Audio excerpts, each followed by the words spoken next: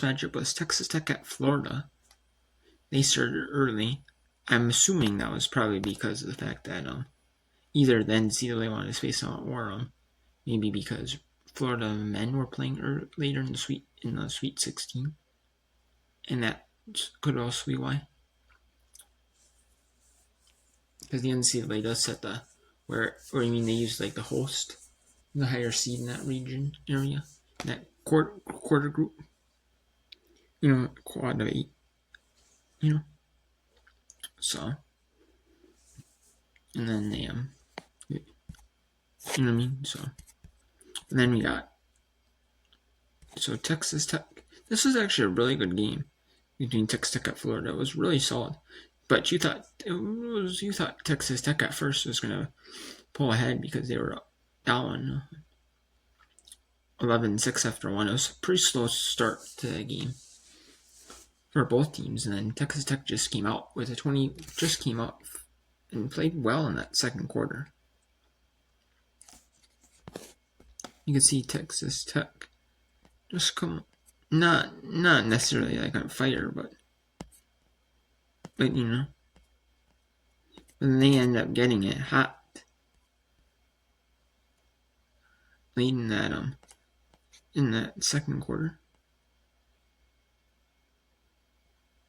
And for a little bit they did, and then towards the end they made a little push with some 3 throws, and they made it close. They weren't able to get ultra hot, but they might have missed a few shots here, a few shots there, but they cooled off though. But they also did they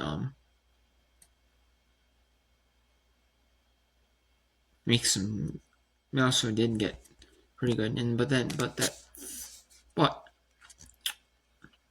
Florida was able to bounce back with a 22-point third quarter to make it a 4-point lead, and then Florida ended up they were even in the 18 all, but still a good solid game for it. You can see right here. They did have a little bit of, not really any foul trouble though. I mean, really though. Magot was the big one with 4 fouls in 5 minutes. So really for a bench. But they were solid though. Not bad though, actually though. They were able to get some attention. Or Kyle and Miguel had 21-22 for Florida.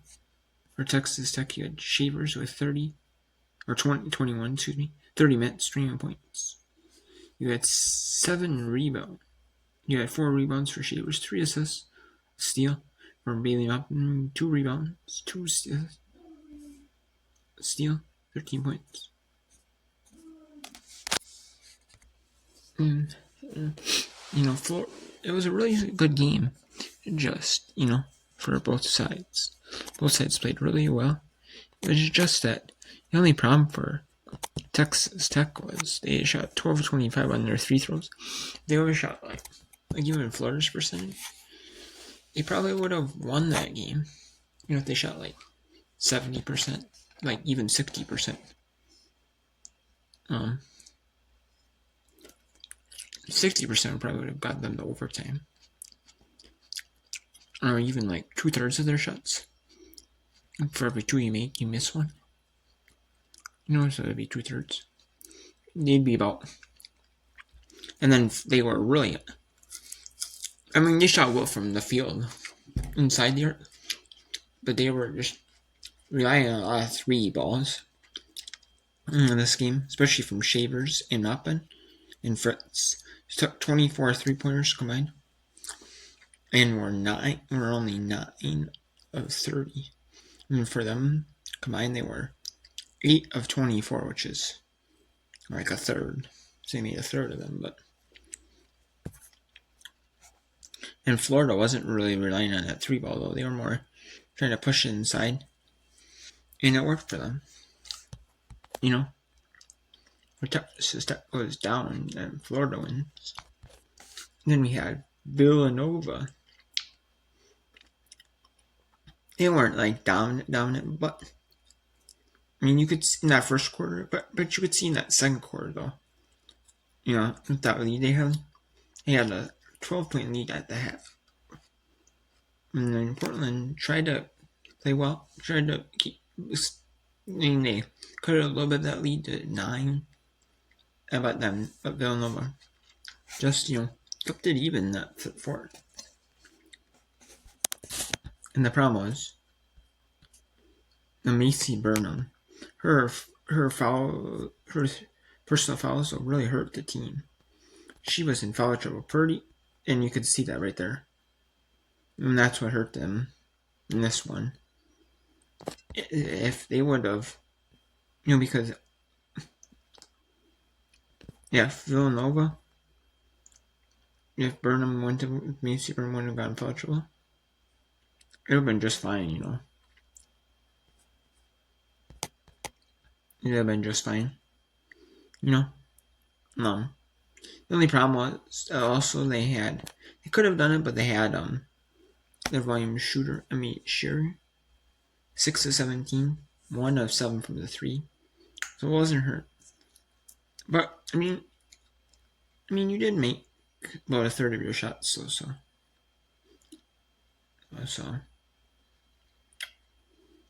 remember, they really need Burnham, which is another shooter for them. 2 of 9 only. They need her, and she couldn't really get in a rhythm though because she wasn't like on the floor all the time, And that's what really hurt them. They had to go with like Speeder, Mogul, Fraley mainly,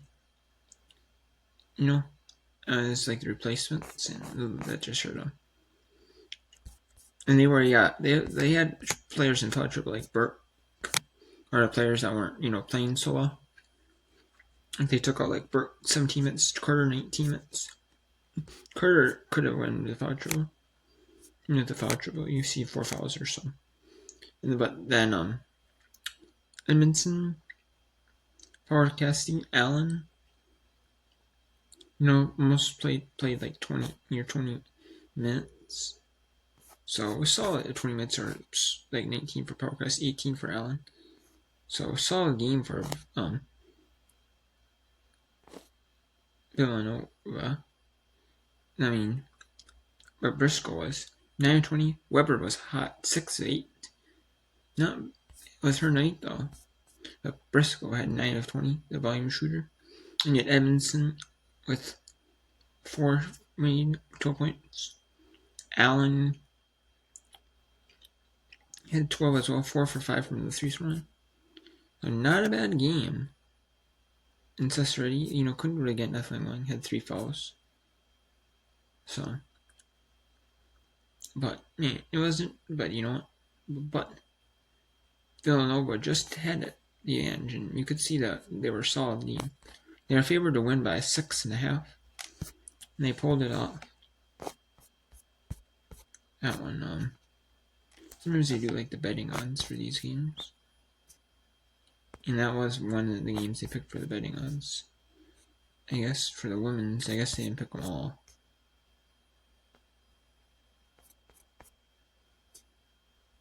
I guess it didn't. Was it not supposed to see that? I guess they got rid of them, get rid of the odds, but.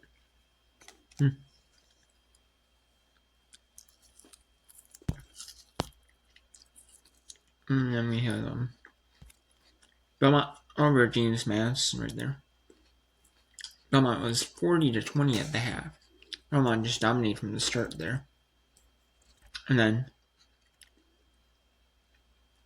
in that third quarter, it also really got pushed up. It was 40 to 20, and then it was 71-31 at the end of 3, and it was just, wow, what went wrong for James Madison? Belmont did not have a single 3-throw shot in this whole game, but Belmont just got hot from 3-point range, especially 2D Jones. 9 of 15, 8 of 11, and Holmes was 8 of 13, 5 of 9, and just went really solid. Cheeseman had 9 rebounds, 3 for Banks, 2 for Chepo, 4 for Holmes. And 6 assists for 3 for him. The Chapel. And 3 steals, 2 for Jones, 2 for the Chapel. A steal for Banks. 3 for Tripp, who was on the bench. Busted with 2. And Falter with 1. Harrison had 3 big blocks. Man, just got hot. Really hot from 3. Went 18 to 39. Oh, they did shoot the 3 throws, okay. Darren got all the stats, but okay. So, man, that was really solid. 8. Well, that's hot. 8-11 from 3. That's really a good, solid game. And they just went ice cold, though. 19 of 62. And they were only 3 of 13 from the 3-throw line. You know? So. And yeah, they were. James Madison was favored to win by 1.5, according to the ESPN bet. Man. And they weren't really in foul trouble, though. It was just that they weren't just. It wasn't their night, though. They were just really ultra cold shooters. And like the shooters that they had, he's out with 10. Daniel with 3 for 10. Hazel with 3 for 10. Daniel 3 for 12. Kozlova 2 of 9. So all their shooters, you know, and then they just had to have other people. They just really weren't able to get nothing, and that's kind of unfortunate for them. Then you had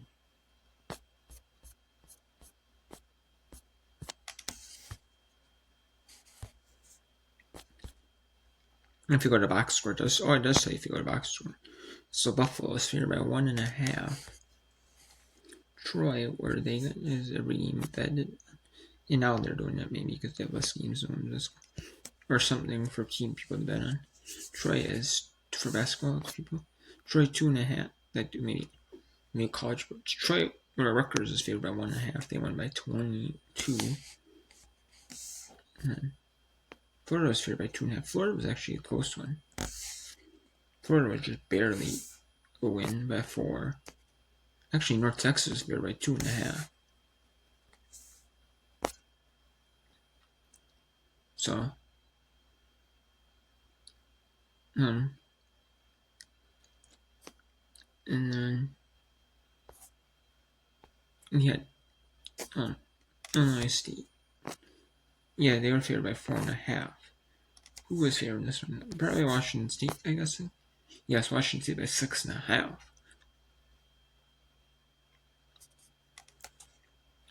So the only one that really might have covered it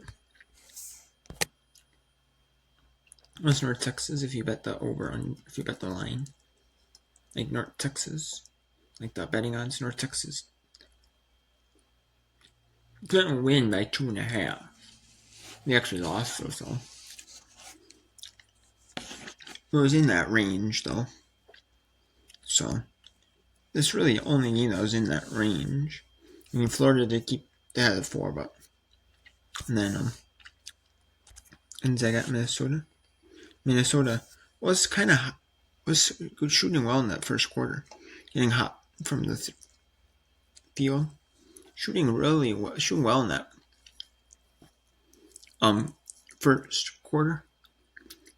But then in that second quarter they got cold, went ice cold in that second quarter, and then in that third quarter shot better. It was 35-34 at the end of one half. And then it was 56-50 at the end of 3.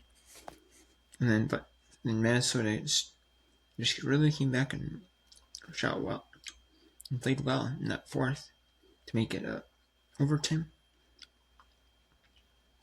And then their defense was not bad though, but Gonzaga was a really good team. They were one of those teams that's really patient in offense. Like they'll take like 20 seconds. You know, if they have a good shot, like 10 seconds in like a wide open 3-pointer, like an easy layup, and then get like say 10 seconds in their shot clock, they'll take it. But if they have to use all 30 seconds of that shot clock, And if they have to use all 30 seconds of that, and actually, and then they get a good shot on the third at the like on they use on like 29.9 seconds, and they actually get a good shot off. They'll take. They don't care. And that's what they're doing today. Like a really good, efficient team. And Minnesota was favored by 1.5 there. And you could see Elam got really hot from the field. 12-18 on the game. Jubbins 4 for 14. And Elam had 15 rebounds. She was really hot. 27 points. See my name? 2 blocks, 3 assists, 15 point rebounds. So the do-it-all player. Just had a little bit of foul trouble. 4 fouls, but they didn't really go out too much in the 45 minutes. And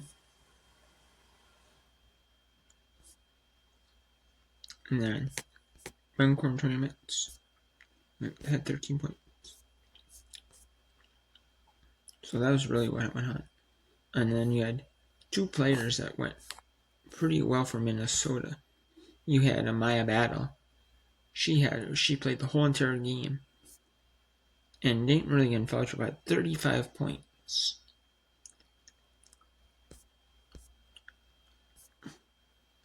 Had 35 points. Had 10 assists or 5 rebounds. And 35 points, 12 of 19 shooting, and 9 of 9 from the 3-throw line. Perfect from the 3-throw line. And then Grace Grholski had 7 of 20. So Grace Grholski had 3 of 10 from the 3-point, 3 of 4 from 3-point, or 3-throw, 6 rebounds, 4 assists, 2 steals, 2 big steals. And Troy McKinney had a couple of steals, 2 steals, 19 points, 5 rebounds, 2 big offensive rebounds. Grholski had 4 big offensive rebounds. Both teams are good offensive rebounding teams. And they got 15 for Gonzaga, 18 for Minnesota. And then they're pretty much even in the steals. But they got 8 blocks. So Gonzaga is a really good defensive team. And they're patient in offense. Really solid in the defensive end. But especially with the blocks and that, but Minnesota ends up winning that one, 82-77. So we have now, and like I said, in the Rutgers at Buffalo game is at 2 Eastern, and it's sandwiched in between